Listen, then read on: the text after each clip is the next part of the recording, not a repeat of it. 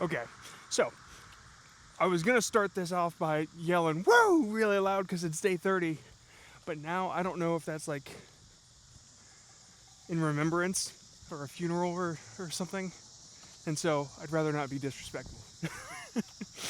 And the other direction, somebody was walking their dog, and I didn't want to be walking towards them and screaming.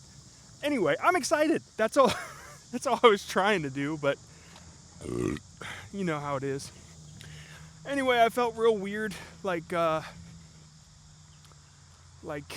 my past few haven't been walking, so it seems like we should start with walking first. And then we'll make our way back to the studio, and I'll answer your guys' questions, and it'll be awesome. But it feels like walking was the first step. No pun intended. But it was a good pun. I just didn't intend it. Oh man.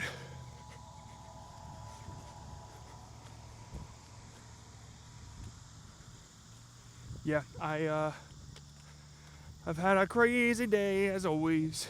Actually, it hasn't really been crazy. I've just been prepping the 15-hour video. And obviously I couldn't have it done without recording this. So this is the last part before I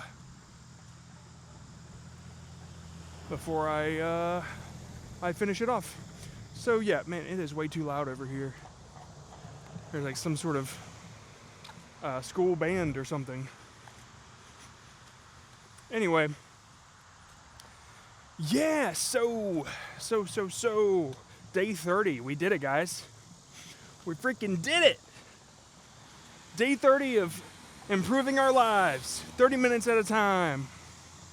Some days were more difficult than others, but you'll have that. That's life. That's July. And so, yeah, I'm pretty stoked. And, yeah, today, my brother came over and dropped off some old home videos.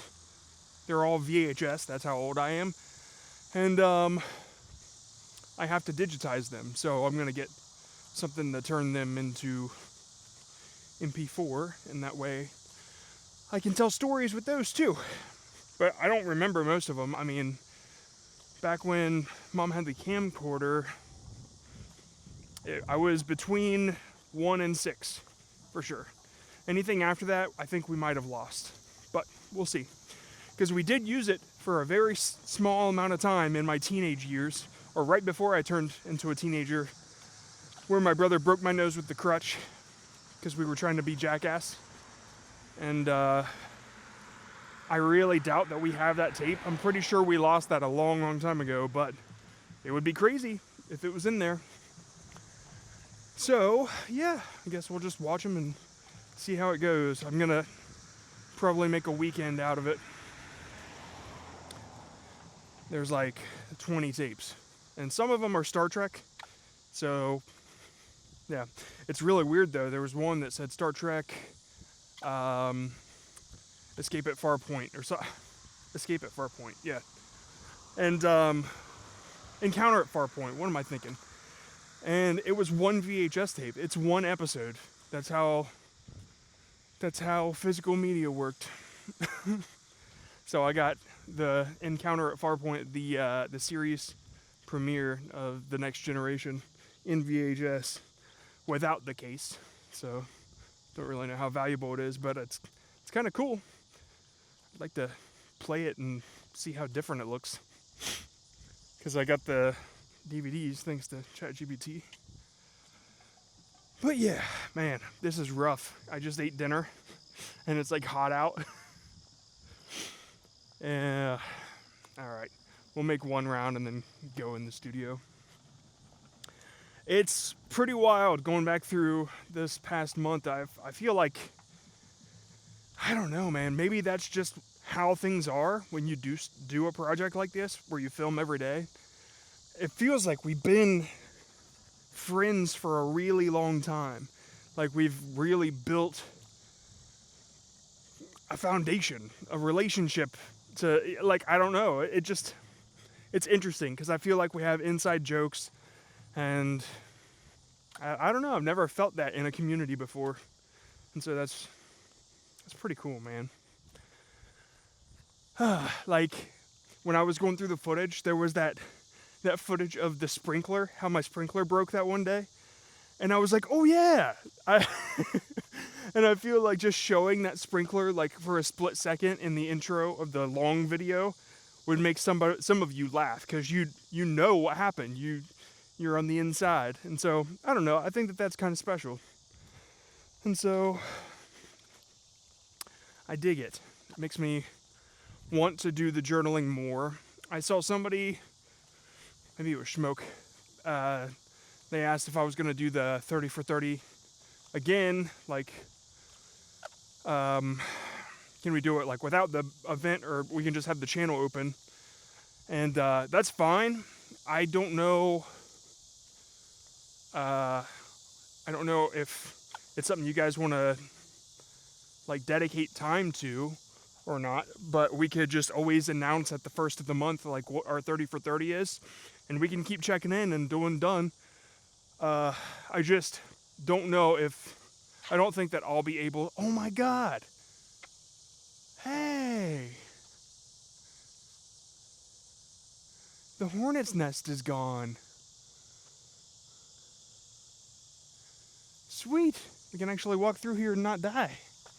I was just saying, I don't know if I'll be able to do the recordings for it every day, but yeah, I think really what slows me down in the evenings is like having to transfer it and having to upload it and stuff like that. So I guess there's two options for me. Either I can do that less and do more of like a weekly upload or something, or this 15-hour video gets a lot of traction, and that's kind of what people want from me on my main channel, and that could be cool too. I just I need to know what's worth it for other people. And so if just basic journaling, daily creator update kind of shit is what people want to hear, and they don't really want the stories, then I can do less of the vlog stories and do more of like personal me stuff. But yeah, I just think doing both on the same, and that could be a thing too. Like maybe some days are either or, and that would make it a lot easier. Because these 30 for 30 recordings or whatever are so easy to do. It's just time consuming when I'm like having to get something else out too. Yeah. So it's just a balance needs to be struck, and I think I'll figure that out away from the 30 for 30. I'm still going to do 30 for 30. I just don't know what mine is going to be this month. I was thinking about reading, but I don't think that would be the most beneficial to my life right now. I think, I don't know. I don't know yet. I'm not sure. Maybe it is continuing to walk, and maybe this journal thing does, I don't know. I'm not so sure about that, but I can decide in one day. We got a day off, right? The 31st. And so tomorrow I'll make that decision. But for today, we're going to finish this up. I'm going to answer some questions, and I'll put this one out on the second channel, and then I'm going to bust out that big one on the main channel tonight. Because that'll be my daily vlog. It'll be a 15-hour vlog. So yeah, it's kind of what I've been doing. Just setting up that intro for that, and then going through and dragging all the videos in. It's crazy to see all the things that I talked about. Even the very first one. I talk about the shorts music poll and the scam shit that people are doing, which I plan to make a vlog about. And it's funny, I talked about making a video about it on the first, but I didn't know what I would do with it, or where I would put it, or where it belonged. And now that question is answered. I went through so much over the past month with a channel identity crisis and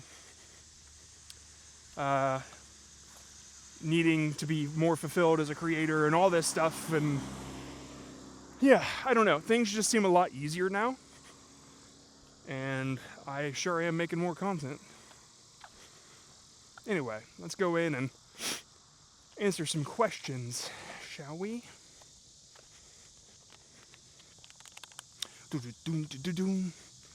It's one of those days where it is. The air is so heavy it's hard to breathe.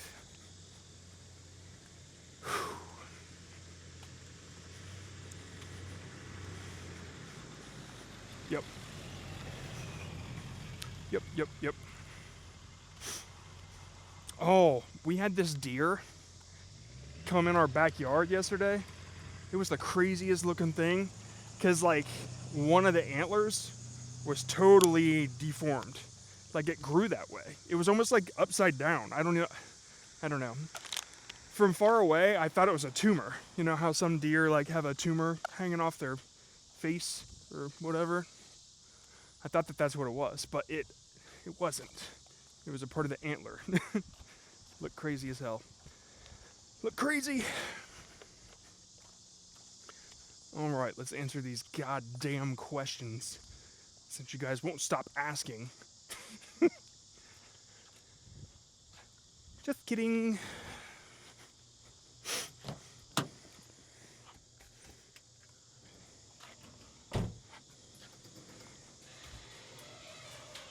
Garage of the garage.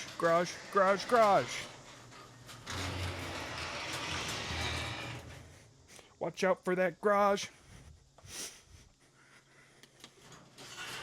Let's do it. Too warm out there. George of the jungle.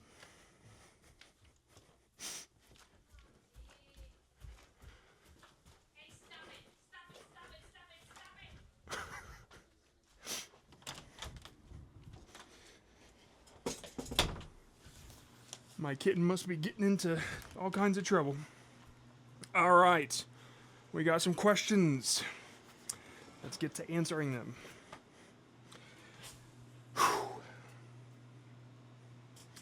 All right, trying to think of the best way to do this. Turn on some lights first. There we go. All right, it feels weird to sit down. Let's start with question number 1. I think it's a good place to start. How has the 30 for 30 challenge changed your life? Specifically, do you feel more healthy physically or mentally? Road reality. I'd say mentally I feel in a much better place. Physically, I'd say probably the same. It's just walking. Yeah, I feel like I should definitely do more physical work. And one of the biggest focal points about this whole vlogging everyday thing is to wrap it up in my personal routine. And it's a routine that I don't have yet, but I do want to have. I have workout equipment downstairs with bench press and stuff like that. And I've only been able to use it every now and then, and I want to do it every morning.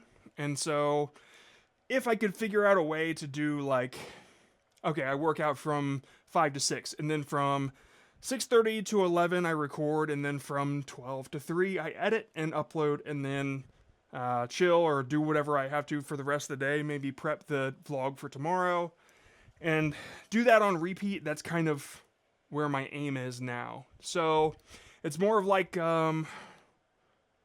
it's the journey to getting to that healthy place, at least physically. But mentally, I'm feeling a lot better. I've got a direction, I've got a purpose. And it just feels right to just be making stuff and it not be amazing, but just continue making. Yeah, it just feels right. I think something hit me last night, and I thought, John, you're going to have a lot of ideas. And not everyone will be a viral idea. But without them, they'll never be a viral idea. And so that just kind of stuck with me, my own profound thought. But I'm like, I still need to see these through.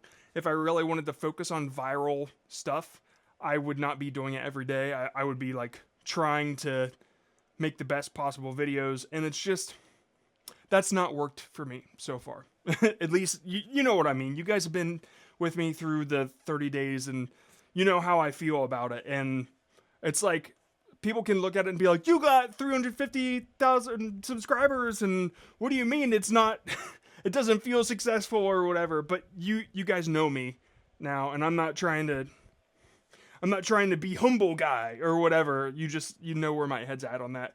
And honestly, if you got that many subs through shorts, I bet you'd feel the exact same. You would be like, okay, like Derek, I bet you'd want to be fulfilled in long form. Like you're nailing short form and you're doing your thing, and it's like you would be looking for something with more substance. And yeah, I mean, I'm not saying you specifically, Derek, are not doing long form. I'm just using you as an example because you're right there. Okay, Derek.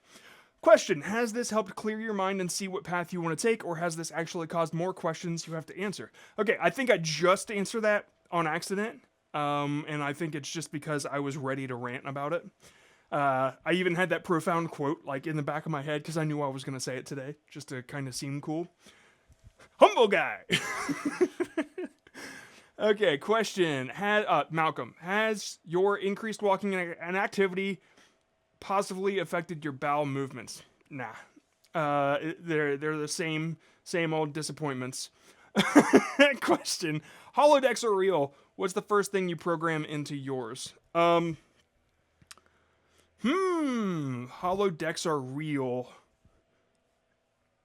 Man, there's so many places I'd want to go, and I try to think about what I've actually already been to in VR. Like, I've been on the Enterprise, I've been to Hyrule, well, kind of a shitty Hyrule.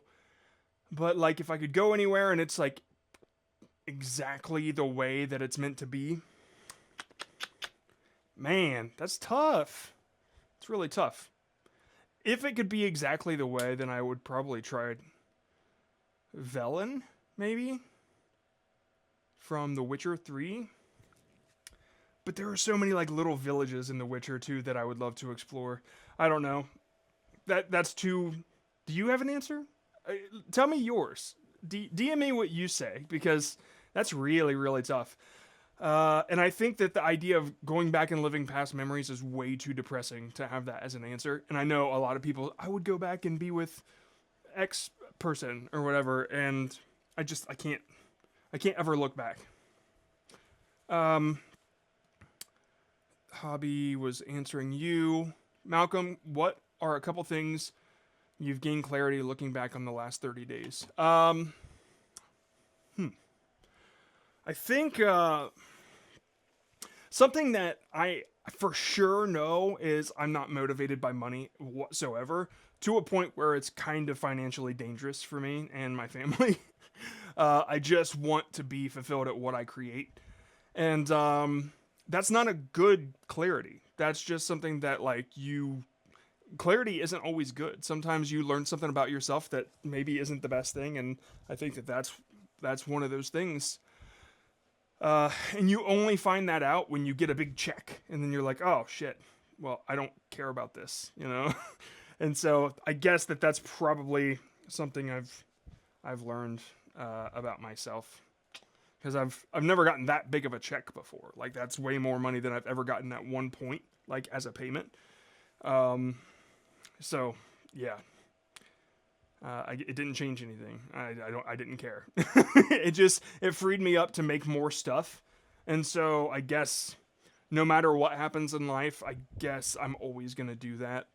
And it's what I've always done too, with music, with anything. I've just been always up my own ass, feet off the ground. Not a great trait to have, but you do end up creating a lot of stuff.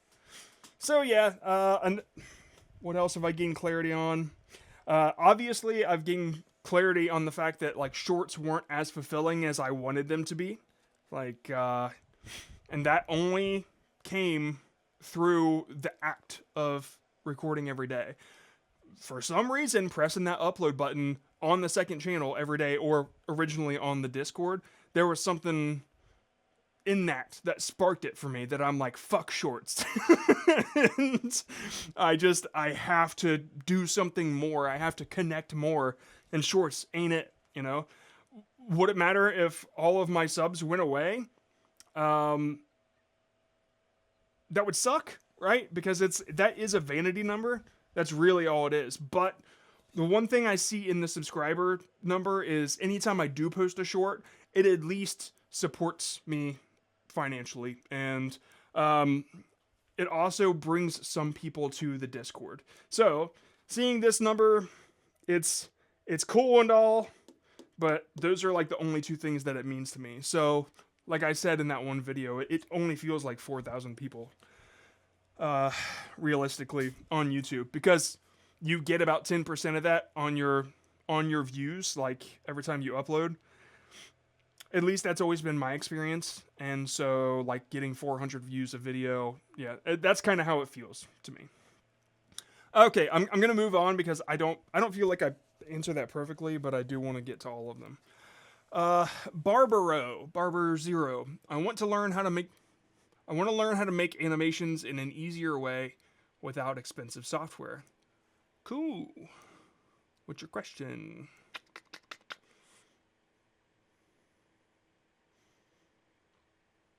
I feel like people don't know what questions are. I get you, dude. If you want to learn how to make animations in an easier way without using expensive software, I'd recommend using free software.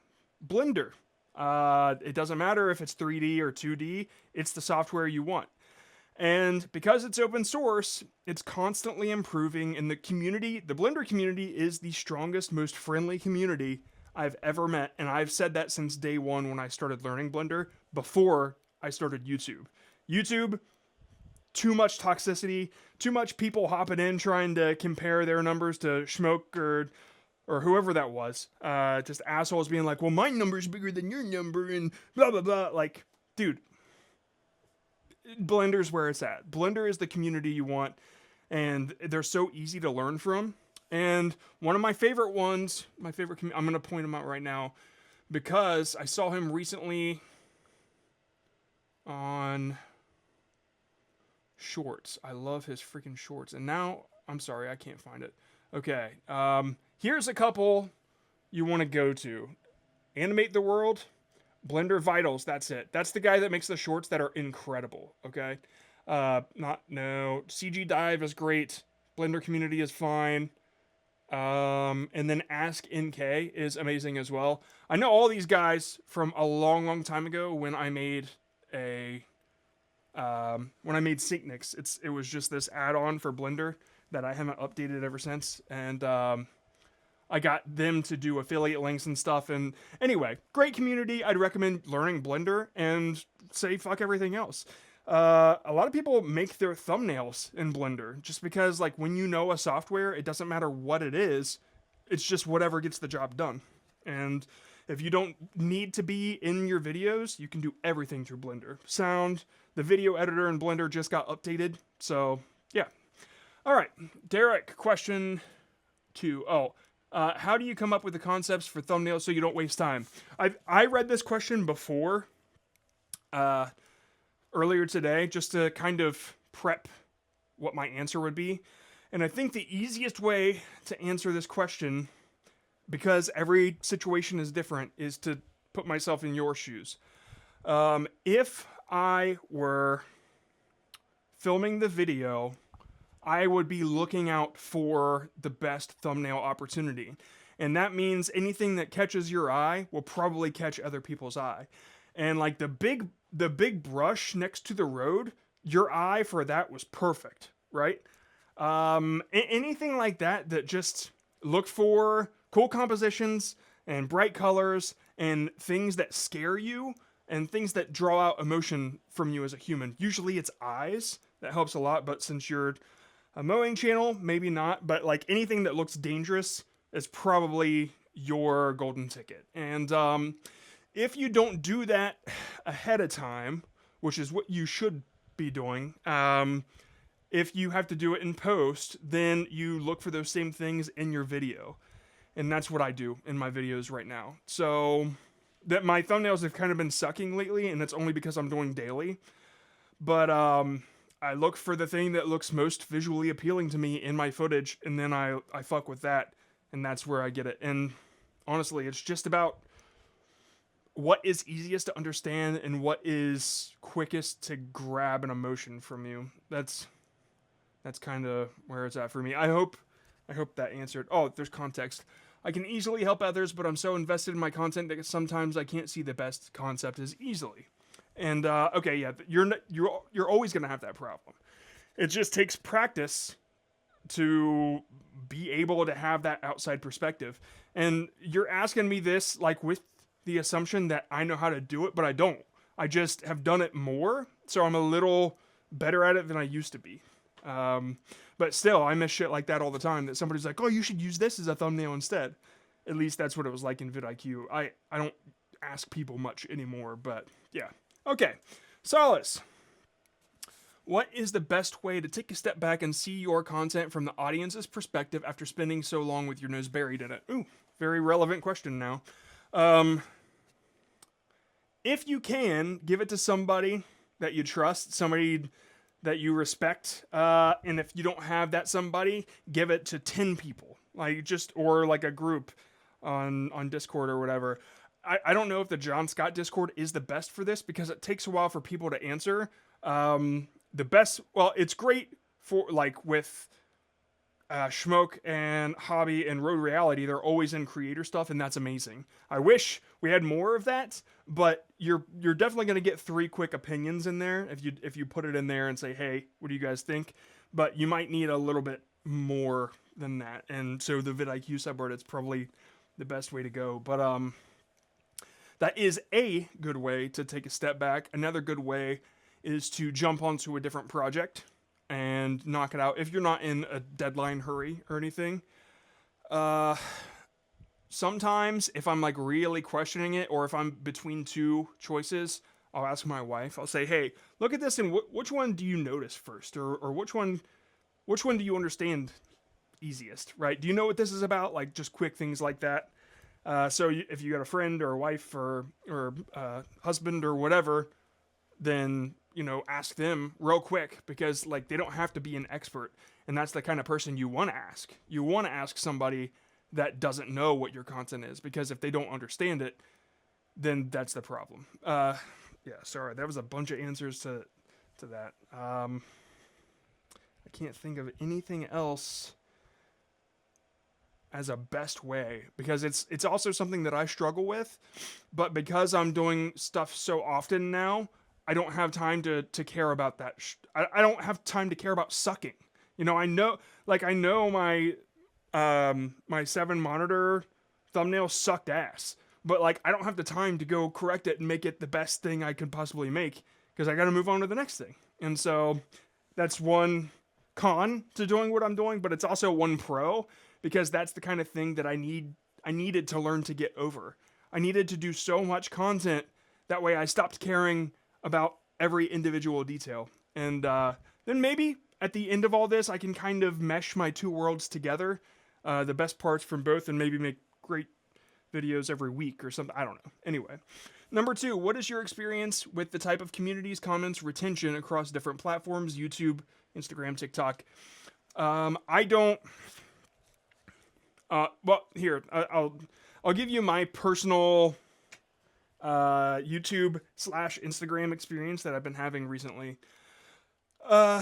So as far as retention, I never really look at the analytics in Instagram, but what I can see is that all of my shorts perform, and the ones that don't perform on YouTube as well kill on Instagram, and vice versa. It is the weirdest thing. There are like 2 different audiences that hate each other.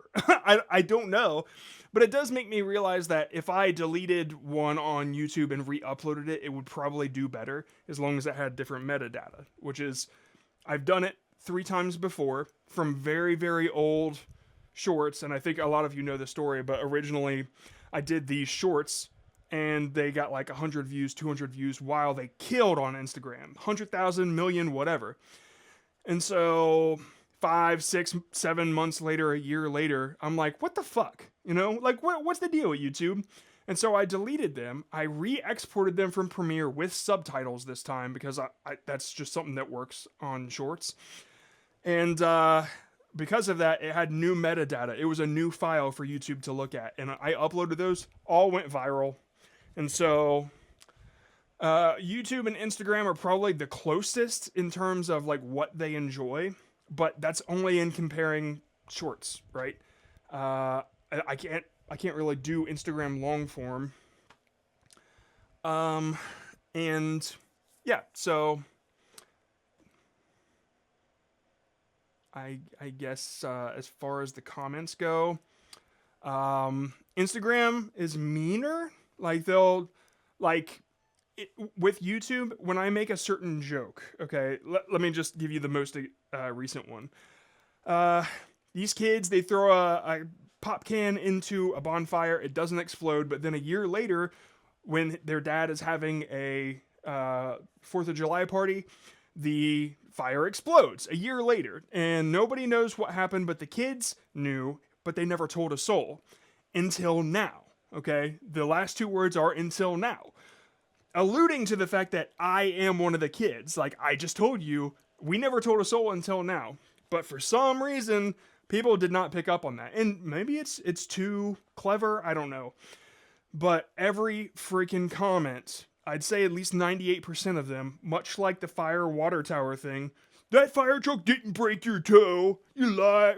Like, it's a joke, right? But 98% of those people said, if they never told a soul, how are you telling us now? Okay. Some comments said, it's because he is the kid. You guys are fucking stupid. But 98% of the people are they just don't get it, okay? And so when stuff like this happens, it's a blessing, first of all, because that's the kind of shit that goes viral. Because they want to treat you like you're lower than they are, okay? That's a lot of people just get online and that's what they do. And when you give them an opportunity like that, it's fucking awesome. It is just like, that is money in the bank. Great. So yeah, that does happen a lot on YouTube, and it makes me, at first, I'm like, you guys are, what is the deal? Just like the smoker one, where it was about don't blow smoke in the drive-through window, but everybody thought that I just hated cigarette smokers for some reason. And yeah, it's just like this stuff makes me think that a lot of the viewers on Shorts are kids or dumb people. And that's okay, okay? Because when you think of a dumb person, like I think of a dumb person, and I'm not saying any of you guys are dumb, just generalizing a lack of intelligence. Let's think of the dude from Idiocracy, where he's just sitting there watching the dude getting kicked in the balls repeatedly and laughing at it. That is what TikTok is. That's what YouTube Shorts is. And the guy that's yelling, baiting, that guy is the guy that's commenting on your videos. And so that's how I see it. And I'm like, okay, there's no way I'm going to be able to convince this guy to like me or to understand the content. It's a waste of time. So that is pretty prevalent on YouTube. It is also prevalent on Instagram a little bit. The 98% of idiots that would comment on the YouTube ones that they don't understand, they're like 5% on Instagram. And then the other remaining 95% are the ones saying kill yourself. So that's kind of how that's been. I really avoid those. Long form on YouTube, pretty nice for the most part. Everybody's pretty chill. The only like hatred that I get from long form are people that came from vidIQ and they want to talk down to me. Like they want to make me feel like I'm losing YouTube or something. I know I mentioned one on a video recently where the guy is like, this is just proof that Shorts channels can't build a community. But like it happens all the time. There's by all the time, I mean like 2 or 3 times a week when I'm posting these long forms, and I just hide them so you probably don't see them.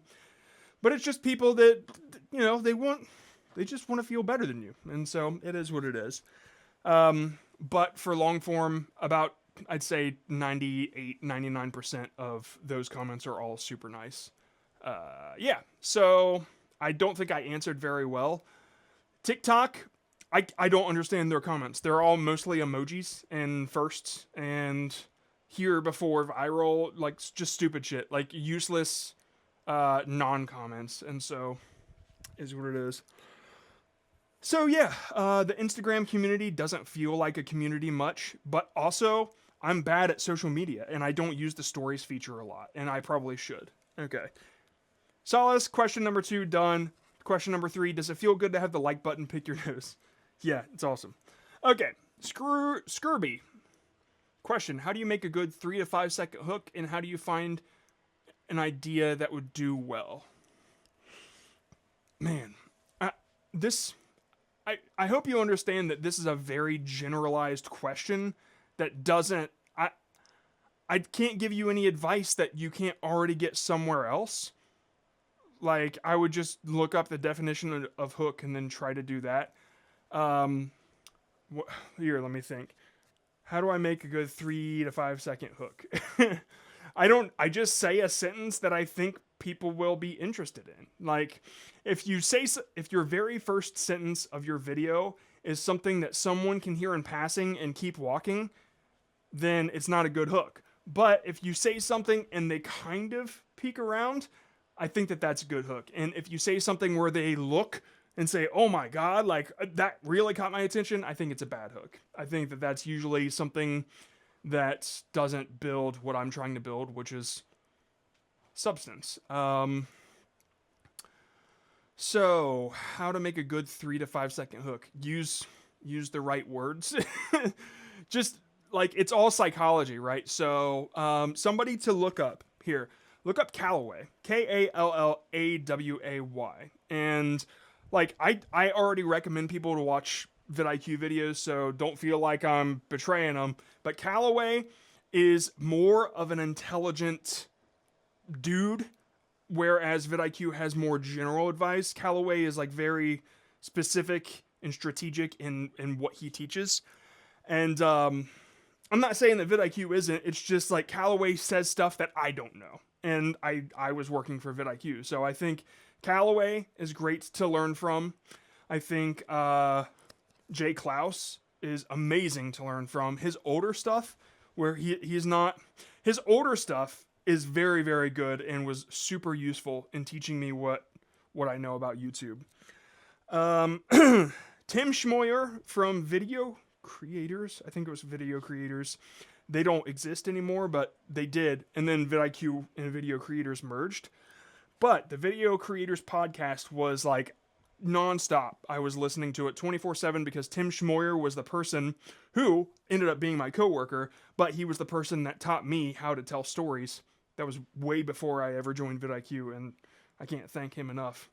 So yeah, I would do that kind of research, because that's a question that needs a long time and very specific scripts for me to tear through and tell you this is good, this is bad. And that's just not something I do anymore. But I hope that helped a little bit. Those are some great references to check out. And also Paddy Galloway. Look up his interview with Jay Klaus. Paddy Galloway with Jay Klaus.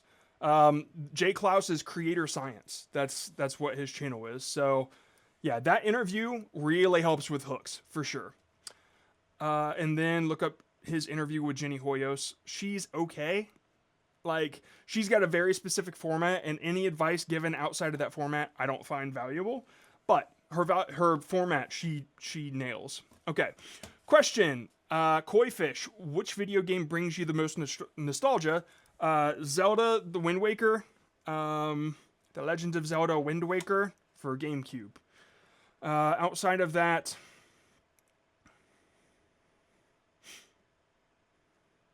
Sonic, maybe.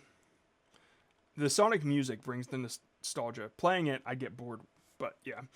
For sure, it's Wind Waker. Wind Waker was just something I played constantly as a kid on GameCube, and it was the best. And then, I kind of get nostalgia for games that I played later in life. Assassin's Creed games, Alan Wake, huge nostalgia for some reason. That was a crazy time in my life when I played that. I was homeless then.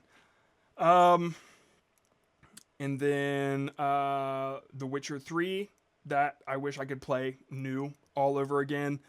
Now I'm just kind of saying my favorite games, but the ones that that make me nostalgic for Germany are Assassin's Creed Valhalla for some reason, the Red Dead Redemption 2.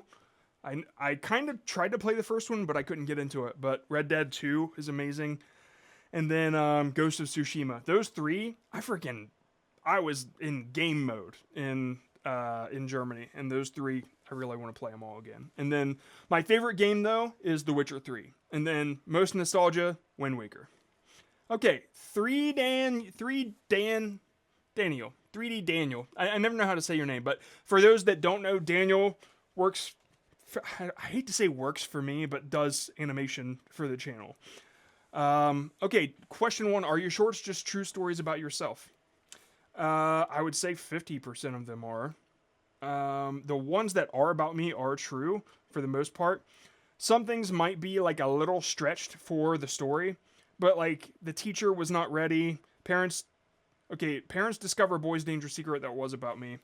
But it didn't blow up a year later. It did blow up that night. I just changed the story a little bit. So no, not true, I guess, but it was about me.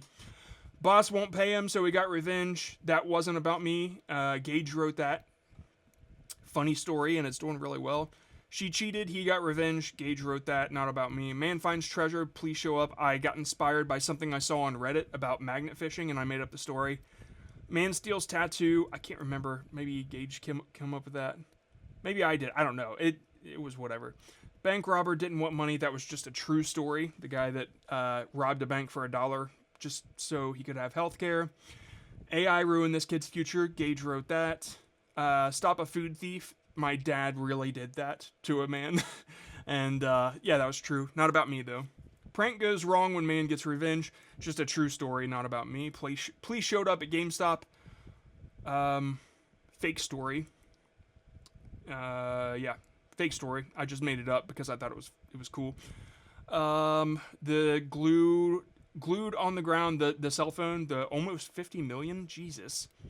Real story, incorrect details. So the cell phone was actually in front of a Chinese food cart in I can't remember where. But he did glue his phone to the ground, and people tried to steal it, and then they would have to buy food. Or no, they would just be in front of his cart. So when I said that they ordered, and then they reached down when he turned his back, that was all details that I added. I built that into the situation to make it a better story. Yeah, dude, if you guys are storytellers, take notes right now. Seriously, these are details that I do add to make a better story, and go and watch them. Understand, those aren't completely the details that were in the story. Some people, this is a weird thing about what I do. People want to hop in and say, I'll take stories that never happened for 100, Alex, that everybody thinks that joke's original, but it's not because so many people say it. And then everyone clapped. Or yeah, this is one of the most stories that never happened. Just copy pasta Reddit comments, you know what I mean? But the thing is, you don't go and watch Toy Story and then say fake. I'm just telling stories. I'm just making story content. But because I'm a character in some of it, people think this guy's making up stuff, and I don't know where the line is, but I also don't give a fuck because people seem to enjoy it. But some things are inspired by real stories. Hidden Room Behind Hotel Mirror, that was not a real story, but it was inspired by a girl that found a hole behind her mirror in her apartment, and some girl was sneaking in and smoking cigarettes in her apartment. Not in a hotel, but I added that. Woman found living on supermarket roof, that one. True story. How 10 inmates escaped from New Orleans jail. True story. Why you should never smoke in the drive-thru. True story about me, the one that everybody kind of misunderstood. Pulling over was a big mistake. True story. The worst type of person, the elevator. True story. Happened in Germany. Yeah, bully got instant karma. That Kevin, when he poked the girl that had scoliosis, very true story. The girl's name was Chastity. Worst delivery ever. That was also true, where I took it to the church and yeah. And then everything before that was true. And you can argue like the fire truck one isn't true because I say it broke my toe, but like the situation happened, I fell, I broke my toe, but like I was a roundabout saying that because I followed this fire truck down the line, you know, because I was born in Ohio, I broke my toe. Like, yeah, your mom didn't break your toe. Like, that's the situation. But anyway, okay, Schmoke, how's the new phone? Would you say it's a good idea for me to try and get one as a useful content creation tool? I use Samsung 10e. Let me show you real quick because I feel like a lot of people are interested in how this ended up. And I just think it'd be valuable to show you. So, sorry, one sec. Here's how it works for me. So, I've got, oh shit, where am I? Oh, duh. I got the wrong side. But I'll show it this way. All right, so this is the phone right here. Sometimes you can't get it to turn on. And so you have, it's weird. You have to like open it, then shut it back, and then tap to get this to come on. Okay, there we go. So here's what I do. I get the phone out. I change it to the 0.6 for the big lens or whatever. And yeah, that's it. And I found out that it can be in 4K. Here's the problem with it. It doesn't like dim light, and it's because the sensor isn't big enough. And the S23 Ultra sensor is, like the other side, not this one that you're seeing. And so that's why the wide-angle lens looks so good. This wide-angle lens has less distortion, so like the edges, you weren't so stretched out. I never cared about that, but yeah. But the cool thing about it is you can record in 4K on that lens. And so I recently did it, and the file was too big to edit quickly. And so I jumped down to the 2160. It's good enough, though. It's fine. As long as you have adequate lighting, like, use a little more lighting than you think you should have. Like, on this phone right now, it's fine the way it is. But I would need this for this camera. It's just what you need, okay? That's about all I've learned, and I use it in every video. It's useful, this little square here, and then when I'm done, I just lock it and put it in my pocket. But I ordered a phone case from Dbrand on there, so hopefully I feel better about putting it in my pocket. Because, like, the lenses, it's right there. Like, it's just so easy to smudge, and I'm very careful with it. As far as the bend, even though I don't use the inside of it, I couldn't give a shit less about whatever that tiny little bump is there. I don't even notice it, and you don't see it. So you can see it if I move the light to show. But you can see it's all the basic what came with it because I just don't use it for anything. So would I recommend you get one? Only for the lens. If you don't need a selfie mode with an ultra wide lens, then don't get it. It was $1,100. So it's up to you, but you don't have to. If I was going to get like a new camera or something, I don't know. I'd probably get one of those Osmos that Rode has because those are fucking sick. And I love the way his video looks. It looks incredible. So that's what I would go. If you're like me and you don't like to have cameras out in public, then yeah, it's a good option, the phone. If you like to show what's around you, for sure. But people also recommended the Motorola Razr. I haven't looked into it. It does have one more megapixel, which I don't care about megapixels, but it's something to look into. Okay, question. Are you... Let me open this now. Gilberto! Gibby Gibby Gib! Question. Are you proud of what you've accomplished with this? Also, what's your favorite snack?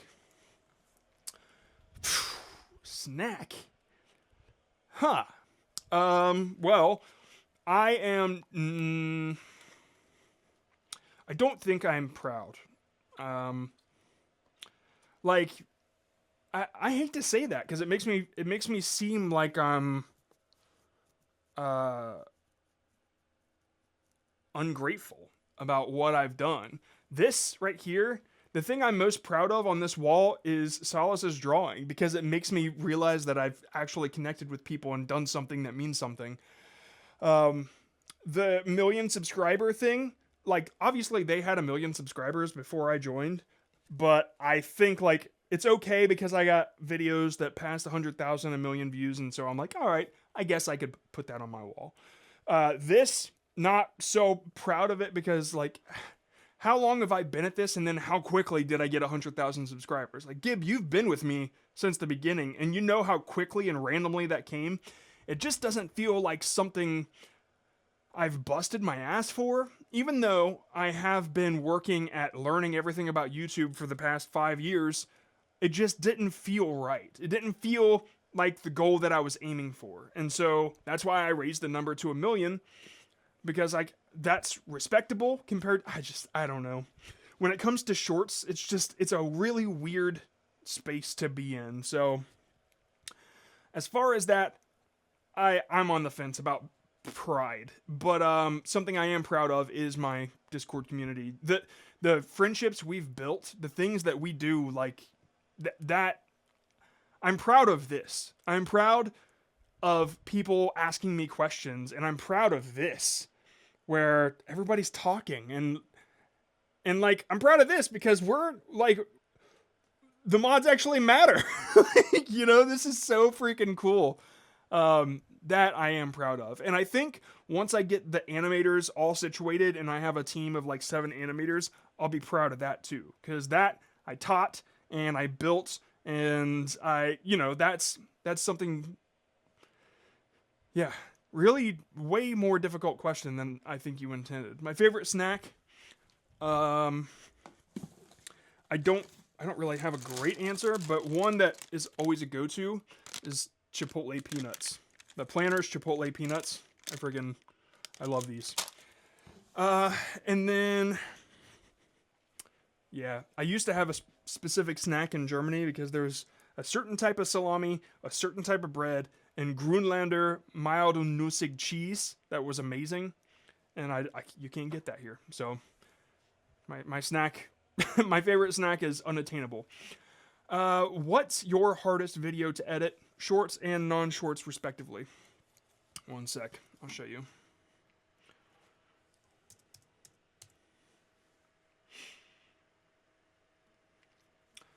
Okay. One video, my top 3, we'll just do my top 3 because it's really easy for me to pick out. My third hardest was this one, 4 editing secrets small channels learn too late. Right there. Because every scene is, sorry, I just want to make sure. Every scene I tried to make look like a thumbnail. So yeah, it's just, everything is absolutely crazy in that. The other ones are, I have to go way, way back. But I'll land on the hardest one. Just let me get way back there. Man, I made so many of these thumbnails. It's just like, it's weird looking back at this. Whew, 1 year ago. Come on. That was my first 1 million view video. Super easy to edit. That's when I learned that the amount of time spent on a video doesn't necessarily equal its value. This one, I made a short film about faceless channels. That one was the hardest one to edit. Everything that you see in that video was actually designed in Adobe Illustrator. These things look like they are screenshots, right? This is actually a desktop. All these little buttons and tabs and everything I drew. So that shit took so long to create. Like, yeah, because you have to do it in 4K or 8K just to be able to zoom and have such clear edges. So everything is done on desktop, and all this stuff like this right here I totally made up. It's not even a program. But yeah. So that was probably the hardest video I ever had to edit. And then like number 2 was my very first one, which was these 15 minutes will save you, I don't know, I can't remember, but the very first one on vidIQ's channel was the second hardest. So those are the 3 toughest. And as for shorts, I mean, it would have to be something that I did on my channel, but honestly, it's got to be one of the animated ones. That's a really tough question as far as the animated ones. Like the worst tip ever took me designing a whole church to do it. Those buildings I didn't have to design, but this part was really tough because all these people I had to individually cut out in Photoshop and then put them into the project. And so, like, all of them sitting down was such a pain in the ass. And one of the toughest parts that you don't even really get to see, that is their backs. I don't know if you can see it, but that's the back of them, right? They're all sitting. And so everything that I cut out, hundreds of people to be in this crowd, I also had to cut out the back of them and have them look like they're sitting, which the only way to do that was to cut out their butt and then like lower their torso into the chair. So it's very hard to see, but you can see little feet and then torso, but there's no like butt. Like this guy is just standing. Yeah, anyway, that's the only shot you really get to see of him. And those were the things that I would get lost in, and it would hold me up. But yeah, as for shorts, I mean, that might have taken me 3-4 days, and those are like 8 to 10 hour days. Yeah. Yep. Yeah, sorry, I don't really have a great answer for that, but it's definitely one of the animated ones. Okay, Road. Do you record and log and color grade all your footage? Follow up. If so, do you use a LUT or manually do it? Let me show you. I don't record and log. I don't color grade. I rarely do anything to my footage now because it slows me down. Look, this right here, look how shitty that looks. It's just the plain Jane shit that came off of my phone. I mean, it kind of looks better up here, I guess, because there's a little more, sorry, I hope you can see that. There's a little more contrast, but what I did on it, I believe I cranked up the exposure by 0.5 because it was a little dim. That's all I did to it. Now, if I ever want to do LUTs, I'll show you what I do. I downloaded a LUT pack a long time ago, and inside my LUTs, you can see there's just a gigantic list of all of these. And I'll usually like pick one or two of the same ones I usually go to. Like Enhance just kind of enhances the color. Then there's like Kodak cameras and stuff like that. I cannot remember for the life of me where I got that list from. But what I will do is I'll give it to you in a zip file. And I'm not going to make it downloadable for everybody because it's somebody else's product that I got. And I know it was free, but the way that you get it is you give your email. And that's a lead magnet for the guy. And if I'm giving out his stuff for free, then it's just fucked up, you know? So, Road, I'll give it to you and whoever in this 30 for 30 wants it. But outside of the Discord, I'm not going to put it on my YouTube channel or anything. Yeah, so I'll just put it in the 30 for 30, and it might get 2 or 3 downloads, but I don't think that'll hurt the guy. All right. Poland. Question: shorts and non-shorts that you like making the most? I think you're asking, which ones do I like more? I like to make long form more than shorts, and I always have. There's just something more about long form that you can grab hold of. It's got more substance. There's more of an opportunity to relate to the creator and get to know them a little more, and it gives me more chance to like but like provide what my creativity is capable of. And like, why do we create if not to give to others, to make others feel what you feel through your creation? That's art. I am transferring an emotion to you through what I create. And that's very hard to do with shorts. Okay. Last question, Poland. Also, compare your shorts to Zach D Films shorts in terms of editing. Zach D Films has a team of like, I'm just going to say 30 animators. It's a rough number, but it's something that somebody told me when they got interviewed for Zach D Films. And so I'm not saying that Zach D Films does the animating or not. I don't know that, but I know he's a very talented creator and editor.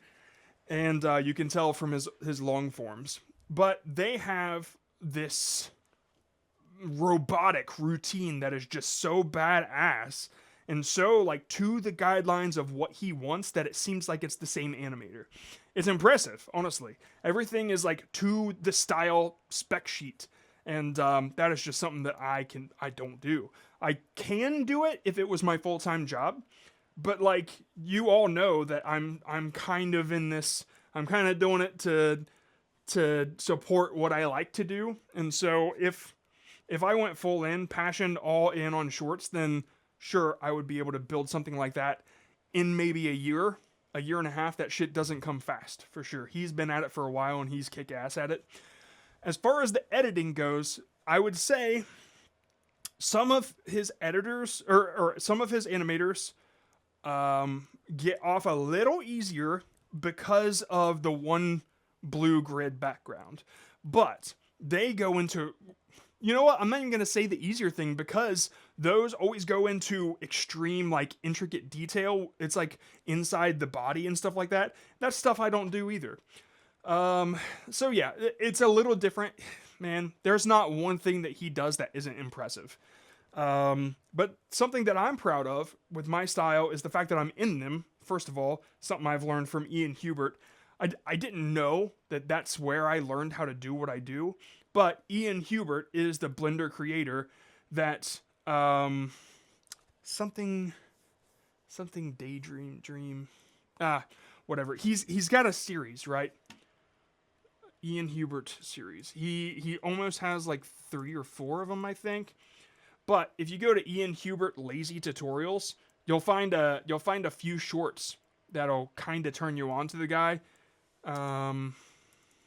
Dynamo Dream. Okay, so he's got this series called Dynamo Dream.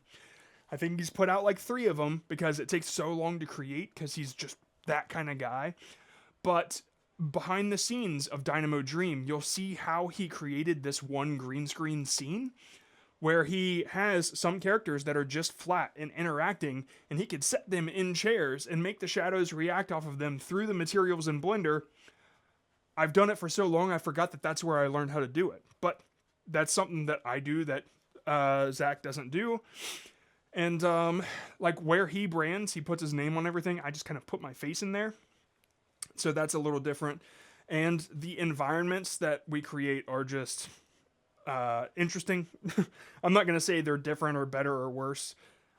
Zach, his characters are much better than mine, and they take way more effort than me just generating PNGs of people and putting them through ChatGPT. If you want me to like measure effort against him, he puts in more effort than I do on his shorts. His animators probably take longer than I do on the shorts, and it shows. You know, he's very good. They got characters that are all rigged. And could I do it? Yeah, I've actually had an animator do rigged characters, but it's just like, it's just like it's not my thing. It's not the thing I want to do forever. And I just want to build a team that is self-sustainable, and I can help guide them with my direction. And one of them, I'm going to make a manager of all the animators. And so, yeah, it's just like, yeah, way better than me. And deservedly so. There's a lot of effort that goes into it. So, yeah, and my animators are good, but they do what I want them to. I'm sure, like, the environments that they build are way better than anything I could build. But it's just like, we're kind of, you know, let's sacrifice the quality for efficiency sometimes. And so I don't let them create to their full potential. That's for sure. Yeah, so that's the end of the questions, guys. It's been an hour, which is fine. I think that that's cool for a finale of the 30 for 30. And I see a lot of you saying you're done, but you're going to keep going. And Road, you're doing the walking thing. Fuck yeah. Fate's going to do art next month. Man, this is great. You guys are incredible. And yeah, let's keep it up. I'll let you guys know what I'm doing tomorrow for August. But yeah.